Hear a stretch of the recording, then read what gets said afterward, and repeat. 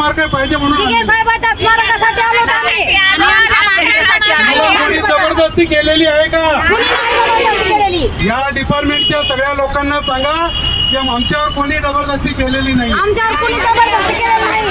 तुम्हाला जर असं वाटत असेल तुमचा प्रश्न सुटत नसेल किंवा काही डिपार्टमेंटची लोक येऊन सांगत असतील का सीएम आले निघून गेले, तुमचा प्रश्न तसाच आहे, तुम्ही घरी जावा, तर तुम्ही जाऊ शकता.